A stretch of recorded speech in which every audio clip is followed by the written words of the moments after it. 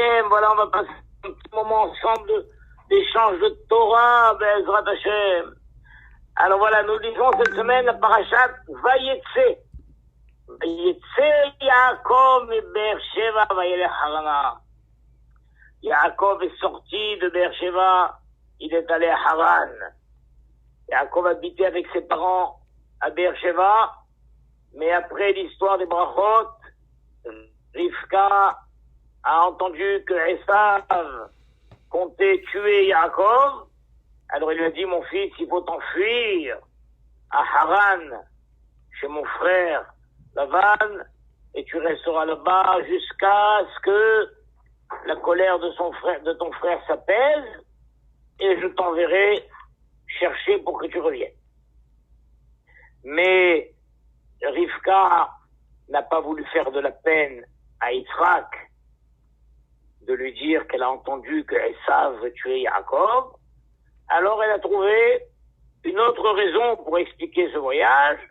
Elle lui a dit, Yaakov a déjà 60 ans, il n'est pas marié, et je ne voudrais surtout pas qu'il épouse des femmes de Canaan, et Hazve Shalom, comme Esav a fait, ils vont nous faire souffrir.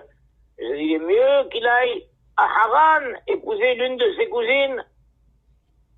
Et Yitzhak a donné son accord, et il lui a dit, mon fils, va là-bas et prends une de tes cousines comme femme, et tu reviendras, et je te donne la bracha d'Abraham, je te la donne à toi. Donc c'est un moment de séparation de Yaakov avec ses parents, un moment très très très émouvant. Et donc Yaakov, il a fait deux mitzvot. Une mitzvah de s'enfuir, et ça c'est la mitzvah de sa mère. Et une mitzvah d'aller à Haran pour chercher une épouse, et ça c'est la mitzvah de son père. C'est pourquoi la Torah, elle a décomposé les deux actions. Vayetse Yaakov mi Beersheva. Il est sorti de Beersheva. L'essentiel c'était de partir, s'enfuir. Ça c'est la mitzvah de sa mère. Vayelech Harana, il est allé à Haran pour chercher une épouse, et ça c'est la mitzvah de son père. C'est pour ça que la Torah a précisé les deux actions pour dire qu'Yaakov Avinu, il avait les deux objectifs en tête. S'enfuir de Beersheva et aller à Haran. Mais en s'enfuyant de Beersheva, il aurait pu aller n'importe où. L'essentiel, c'est de s'enfuir. Et en plus, puisqu'il y a une raison de se marier, c'est pour ça qu'il est allé à Haran. Et la Torah nous raconte qu'une fois qu'il est arrivé à Haran, Vaïfga Bamakom. Il y a un mot spécial qui est dit dans la Torah, Vaïfga Bamakom. Il a heurté. Vaïfga. Il a heurté un endroit, on dirait qu'il est tombé. Il a heurté un endroit. Alors Rachid dit, c'est quoi cette histoire? Il a heurté un endroit. Et Rachid nous raconte une longue histoire. C'est que lorsque Yaakov est arrivé à Haran, il s'est dit, oh là là, qu'est-ce que j'ai fait moi? Donc je vous rappelle que Beersheva est au sud d'Israël, Haran c'est tout au nord, c'est en Syrie. Donc il a traversé tout Eretz d'Israël, du sud jusqu'au nord. C'est à peu près, disons, 1000 kilomètres, un peu moins peut-être, 700-800 kilomètres, ou 500 kilomètres. Il faut voir combien fait Eretz tout en long, je n'ai pas vérifié ce soir. Et en tout cas, donc, une fois qu'il est arrivé à Haran, il s'est dit, oh, mais qu'est-ce que j'ai fait? Je suis passé par Yerushalayim. Parce que Beersheba est plus bas, Yerushalayim, et donc, je suis passé par Yerushalayim. Je n'ai pas fait un petit crochet par le Har Moria, là où mon père a été offert en sacrifice, l'endroit de la Kedah Yitzhak. Je ne suis pas allé pèleriner l'endroit où mon père était là-bas, mon grand-père était là-bas. Je ne suis pas allé me recueillir, je ne suis pas allé prier. Alors, n'importe qui dans cette situation se dit, oh là là, il ne faut surtout pas qu'au voyage du retour, j'oublie de faire le crochet. Mais c'est mal connaître Yaakov Avinu. Yaakov Avinu a dit, ah non, c'est pas possible, c'est impardonnable. c'est impardonnable, je retourne immédiatement. Et donc Yaakov Avinu a fait demi-tour, et il était prêt à refaire en sens inverse 500 kilomètres, parce qu'il ne pouvait pas se pardonner de ne pas être allé se recueillir sur l'endroit d'Akedah Yitzhak. Et c'est là où Akadosh Baruch Hu lui a fait un aise incroyable, et il lui a amené, après que Yaakov Avinu a entamé quelques kilomètres, peut-être je ne sais pas combien, Akadosh Baruch Hu lui a amené le Har Moria à ses pieds. Et donc, c'est que la droite dit, il a heurté l'endroit. C'est comme si la montagne, boum, la montagne est venue se plaquer devant lui. Boum, il a heurté l'endroit. Et Rachid dit, mais pourquoi Hachem n'a-t-il pas bloqué Yaakov dans le chemin de l'allée? Rachid dit non. Akadosh dit, si lui ne réalise pas que il faut maintenant s'arrêter pour aller prier sur l'endroit où son père a été monté en Akedah, c'est pas moi qui vais le bloquer. Mais maintenant qu'enfin il a réalisé et qu'il s'apprête à faire 500 km dans l'autre sens, non, ça Hachem veut lui épargner cette fatigue et il lui amène le Har Moria. C'est ce qu'on appelle Kfitzat Aderer, Kapsalo Arez. La terre a sauté et elle est venue se présenter à ses pieds. C'est extraordinaire. Alors, cette mida, comment s'appelle cette mida où quelqu'un réalise? Il dit, mais qu'est-ce que j'ai été bête? J'ai rien compris. Tout d'un coup, il réalise. Il ouvre les yeux. Il comprend. C'est une mida qui s'appelle Simat Lev. Simat Lev, mettre son cœur. Réaliser, ouvre les yeux.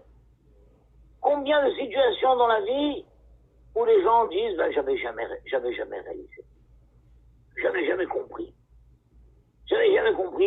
à quel point ceci, j'avais jamais ouvert les yeux, ben maintenant j'ai ouvert les yeux.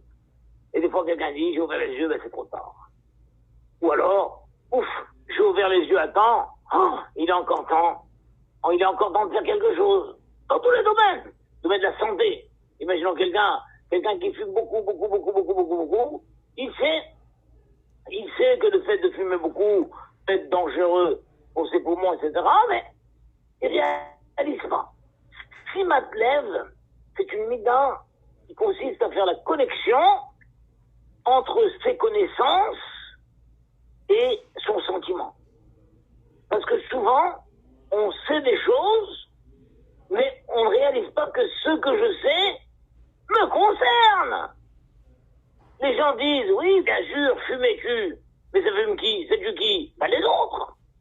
Il connaît, il a lu des articles, mais il ne fait pas la connexion entre ses connaissances et lui-même. Il ne s'approprie pas cette connaissance. Il n'en fait pas une connaissance personnelle le concernant. Ça reste une connaissance extérieure. Il y a chez lui, il y a le cœur et l'esprit. Dans l'esprit, il connaît beaucoup de choses. Avec son cerveau, il connaît beaucoup de choses. Mais son cœur est loin de ça. Et un jour, il fait la connexion. Il dit, mais ça me concerne. Ça me concerne. Le jour où il fait sa première radio du poumon, je sais pas. Ah, mais ça me concerne. Et là, il faut espérer que quand il réalise, quand il ouvre les yeux, c'est pas trop tard. Des fois, c'est dans des problèmes de couple. Quelqu'un ne réalise pas que son couple est en train d'aller en compote, je sais pas comment on dit. Et quand l'un des deux prend sa valise et s'en va, l'on dit, oh, je savais pas réalisé que c'était à ce point. Dans les domaines. Eh bien, Yaakov Avinu, quand il a réalisé, il s'est pas dit, bon, je ferai ça au voyage retour. Non, quel voyage retour? On ne sait pas quand est-ce qu'il aura lieu le voyage retour. Je le fais immédiatement. Et il est retourné immédiatement aller pèleriner l'endroit qu'il avait raté, et Hachem lui a amené ça. Et nous verrons que dans toute la Torah, c'est un fil conducteur, cette Simat Lev. Et le Rav Chaim Shmulevitch dit que ça, c'est la base de la construction humaine. Un homme ne peut pas construire sa personnalité tout le temps où il ne réalise pas. Il ne réalise pas ce qu'on lui dit. Il ne réalise pas ce que lui-même dit. Il ne réalise pas ce qu'il fait. Un enfant ne réalise pas. Il peut pousser, il peut bousculer. Un adolescent, des fois, il dit des choses pas jolies. Il peut insulter quelqu'un. Il ne réalise pas. Et puis petit à petit, il commence à réaliser. Il dit, je réalise. Oh là là, j'avais pas réalisé à quel point je l'avais vexé. J'ai pas réalisé à quel point c'est pas gentil ce que j'ai dit. J'ouvre les yeux. Quand un homme commence à ouvrir les yeux, la cime lève, à mettre son cœur pour prendre conscience de tout, de ce que lui fait, de ce que lui dit, mais de ce qu'on lui dit aussi. Il y a des gens dans la Torah qui n'ont rien compris. On leur dit des choses, ils ne comprennent pas. Par exemple, vous verrez quand on arrivera à Parashat Shemot, à la 8e plaie, la 8e plaie c'est Barad, la grêle. Alors là-bas, Hachem a dit à Moshe Rabbeinu, écoute, préviens Paro et préviens les Égyptiens que le but de la plaie de Barad est de détruire toutes les récoltes. Mais je ne veux pas tuer ni les hommes, ni les animaux. Alors préviens les Égyptiens qu'ils mettent vite leurs animaux à l'abri, ainsi que leurs serviteurs à l'abri. Et c'est ce qui s'est passé. La majorité des Égyptiens ont vite mis leurs troupeaux à l'abri, vite mis les bergers et tous les travailleurs des champs à l'abri. Et la Torah nous dit une chose incroyable. Incroyable. Celui qui a craint la parole d'Hachem, vite, s'est mis à l'abri. Va Asher lo sam libo al dvar Hachem. Et celui qui n'a pas fait Simat Lev, c'est-à-dire celui qui n'a pas fait attention, qui n'a pas entendu le message.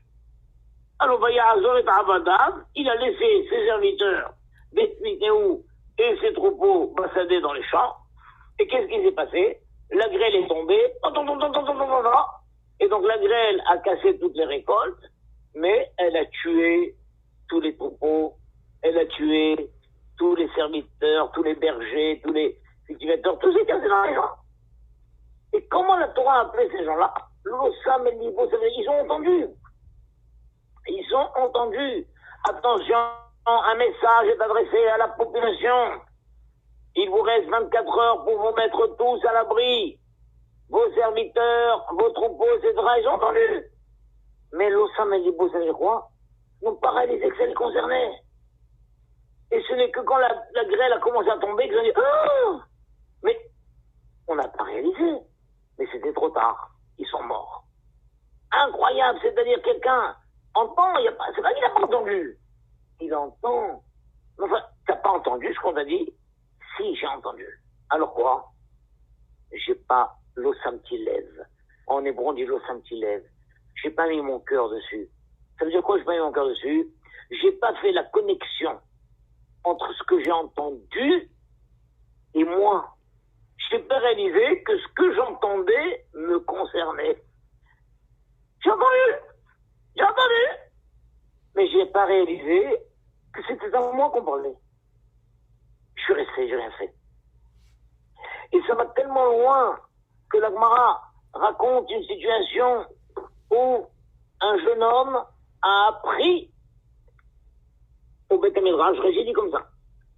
L'amad de Betrabo, un barou, il a appris dans la maison de son rav, c'est-à-dire il a appris à la yeshiva. Il a appris que si quelqu'un touche quelque chose d'impur, il devient impur. Si quelqu'un va toucher une souris morte, un lézard mort, un hérisson mort, il y a les 8 shracim, et bien s'il a touché, il devient impur. Vehu yoda shirgish. Et lui, il sait qu'il a touché. C'est pas qu'il a oublié qu'il a touché, il sait. Il a senti. il a senti qu'il a touché un lézard mort, un hérisson mort, une tour mort. Il a senti. Chez Irgish, Kejenaga. Et quoi? Malgré tout ça, il est parti au Beth Amikdash. Il est parti au Beth Amikdash. Et ses copains lui disent, mais qu'est-ce que tu fais là? Il dit, je suis venu prier au Beth Amikdash. Mais t'as pas appris que si quelqu'un touche un lézard mort, il devient tamé? Bien sûr que j'ai appris. Et toi? Tu nous as dit que tu as touché un lézard mort? Oui. Mais alors, tu es tamé? Je n'ai pas réalisé. Rachid dit les mots incroyables. Aval lohid bonen, il n'a pas suffisamment réfléchi. La soum al libo. Encore le mot simat lève revient. La soum al libo, chénitement. De réaliser, de mettre son cœur pour réaliser qu'il est tamé. Incroyable. Ça veut dire que c'est ce qu'il fallait démontrer, comme on dit. Un, il a appris que si on touche quelque chose, si on touche un animal mort dedans, on devient tamé. Il a appris, oui. Deux, il a touché lui-même cet animal mort. Trois, il sait qu'il a touché. Il se souvient qu'il a touché. Donc, une fois qu'il y a le 1, le 2, le 3, qu'est-ce qu'il faut faire? Il faut aller au mikvé maintenant. Mais lui, au lieu d'être allé au mikvé, il va mettre un mikdash. Et quand on lui dit, mais le 1, le 2, le 3, oui, bien sûr. Bah alors, qu'est-ce que tu fais là? T'es tamé. T'es tamé, mais qu'est-ce que tu fais là? Oh, j'ai pas réalisé que le 1, le 2, le 3 me concernent et que je me trouve moi dans cette situation. C'est un peu ce qu'on appelle le paradoxe socratique. Paradoxe socratique. C'est paradoxal, je comprends. Tu sais 1, tu sais 2, tu sais 3. Et bien celui qui a 1, 2, 3, maintenant la solution c'est X. X c'est d'aller au migré. Et bien lui il fait 1, 2, 3, et pourtant il ne fait pas X, il fait Y. Et qu'est-ce qu'il fait? Il va remettre avec l'âge. Mais enfin, t'es bête ou quoi? Non, j'ai pas réalisé. J'ai pas réalisé que ça me concerne. Que je me trouve maintenant être concerné par ce cas. Pour moi, j'ai appris ce cas théorique. Bien sûr que j'ai appris. J'ai appris ce cas théorique. J'ai pas réalisé que c'est de moi qu'il s'agit maintenant. Si maintenant, des fois ça peut paraître exagéré, et pourtant non. Et pourtant non. Des fois, quelqu'un vit une situation, il ne réalise pas à combien cette situation est dangereuse. Attention, il faut faire quelque chose. Des fois, on dit des choses à quelqu'un, il ne comprend pas. Un de ceux qui n'a pas compris dans la Torah, c'est Bil'am. Bil'am, vous verrez dans la paracha de Bil'am. Alors Bil'am reçoit les messagers du roi Balak. Balak lui envoie des messagers, une délégation princière, qui viennent lui dire, voilà, nous sommes les messagers du roi Balak, le roi de Moab. Nous te demandons de venir rejoindre le roi Balak à Moab et de maudire le peuple juif, parce que le peuple juif s'approche dangereusement de notre territoire. Il faut les maudire et nous savons que ce que tu maudis est efficace. Alors Bilam dit, écoutez, je ne suis pas libre tel que vous pensez, il faut que je vois ce qu'Hachem dit. Hachem n'apparaît pas à Bilam en plein jour. C'est une honte. Hachem lui apparaît la nuit. Et Bilam sait, écoutez, je vais attendre que Hachem m'apparaisse. Hachem lui apparaît la nuit, et Hachem dit à Balak, à Bilam de quoi il s'agit. Il dit, ben c'est le roi Balak qui m'a demandé d'aller. Hachem lui dit, Lo teler imahem, ne va pas avec eux. C'est clair, non? Ne va pas avec eux. Ben, c'est dit. Et ben Bilam, il n'a pas compris comme ça. Quand il se réveille le lendemain, les messagers lui disent, alors, qu'est-ce que Hachem t'a dit? Eh ben Hachem ne veut pas que j'aille avec vous. Parce que vous n'êtes pas suffisamment important. Il faut que Balak envoie des princes beaucoup plus importants. Parce que Hachem considère que ce n'est pas de mon honneur d'aller avec vous. Attends, mais là, tu te moques du monde ou quoi? C'est comme ça que tu as compris? Ah oui. C'est-à-dire que quand Balak, vu que Bilham, il cherche son kavod, il cherche son honneur. C'est ça, tout le fil conducteur de sa vie, c'est l'honneur, son kavod. Donc quand Hachem lui dit ne va pas avec eux, il a compris ne va pas avec eux, parce que c'est pas de ton kavod, ils sont pas suffisamment distingués, tu iras avec d'autres. Attends, Bilham, tu te moques de moi, tu es une mauvaise voix. Non, il a compris comme ça. Et de là, Rav Shmulevitch dit un des plus grands principes du Moussar. C'est quoi ce plus grand principe Moussar?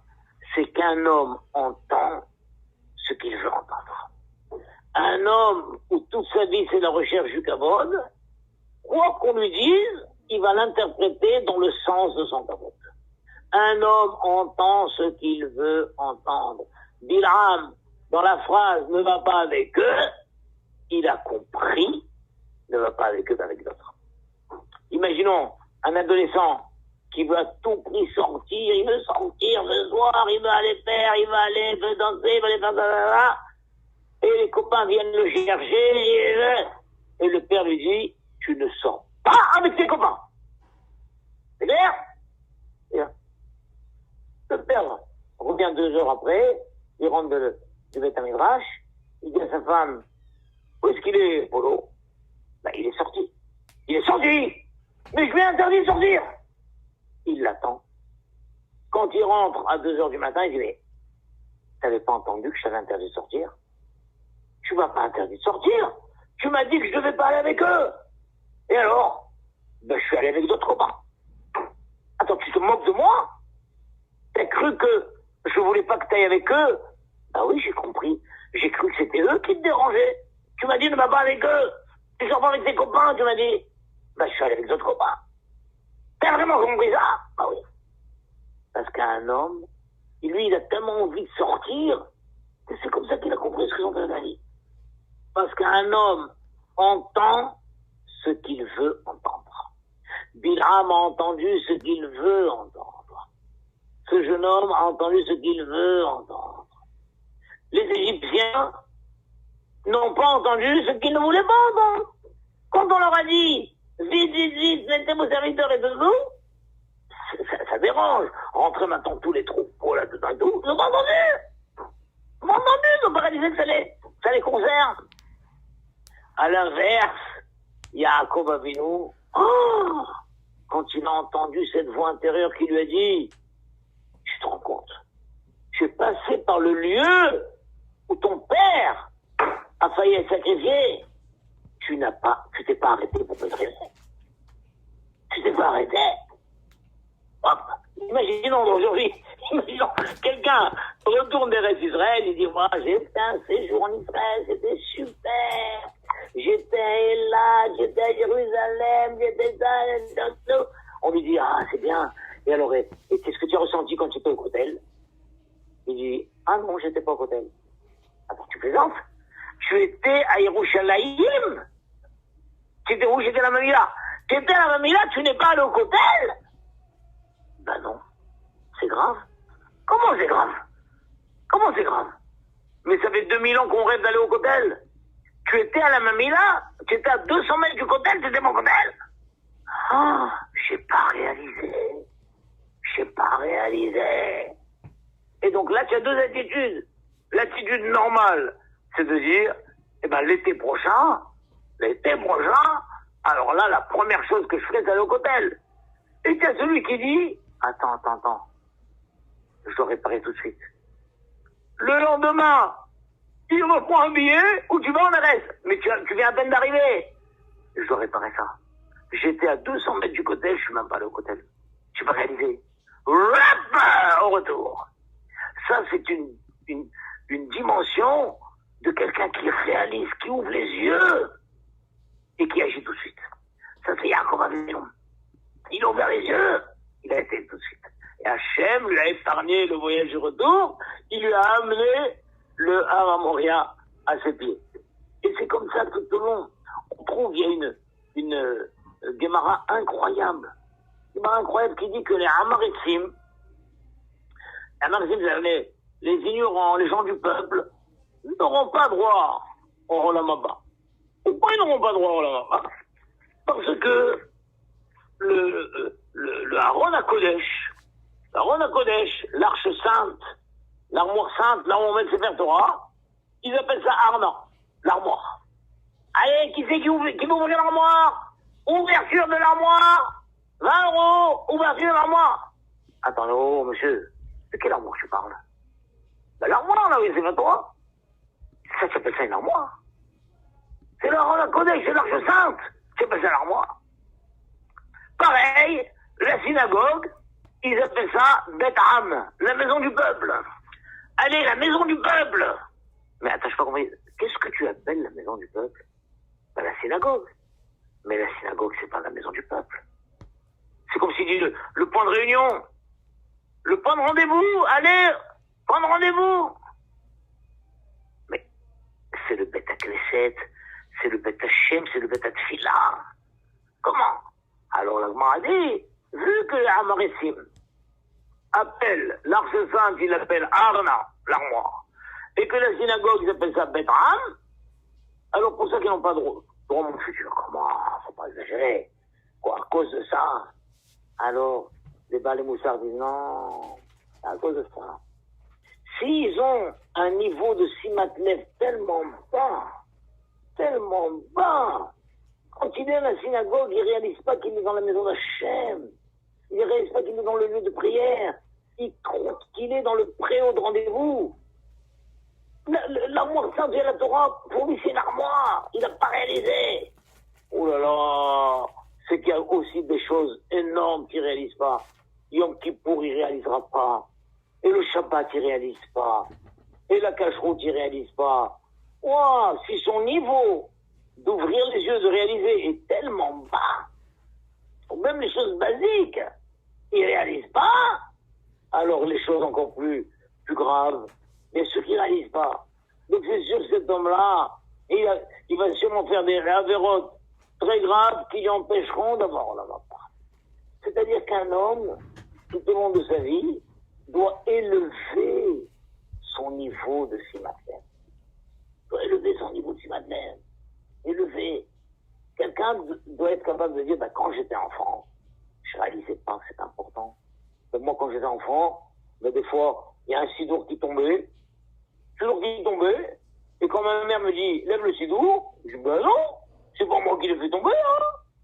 C'est pas moi qui l'ai fait tomber. Jusqu'au jour où j'ai réalisé qu'un sidour qui est tombé, on doit le ramasser, même si c'est pas moi qui l'ai fait tomber. Mais j'ai pas compris ça avant mon adolescence. Et chacun de nous, dans toutes les valeurs de la vie, dans tous les carrefours de la vie, le respect des parents, je n'ai pris la conscience de ce que je représente mes parents. Que moi-même, quand je me suis marié, j'ai eu des enfants, j'ai réalisé ce que c'est les parents. J'ai pas réalisé. Je n'ai pris conscience de la famille qu'à un tel moment. Je n'ai pris conscience de ça qu'à tel moment. Chacun de nous, tout au long de sa vie, il ouvre les yeux et il prend conscience. C'est ce qu'on appelle simatlev. Il y a dans la Gemara, dit-il, une histoire incroyable. Il y avait un rab qui s'appelait Rav Ilish. Rav Ilish, il a été mis en prison par les Romains parce qu'il enseignait la Torah alors que c'est interdit. Dans la cellule où on l'a mis, il y avait un goy qui était là-bas. Et ce goy disait tout le temps à Rav Ilish, moi, je comprends le langage des oiseaux. Moi, je comprends le langage des oiseaux.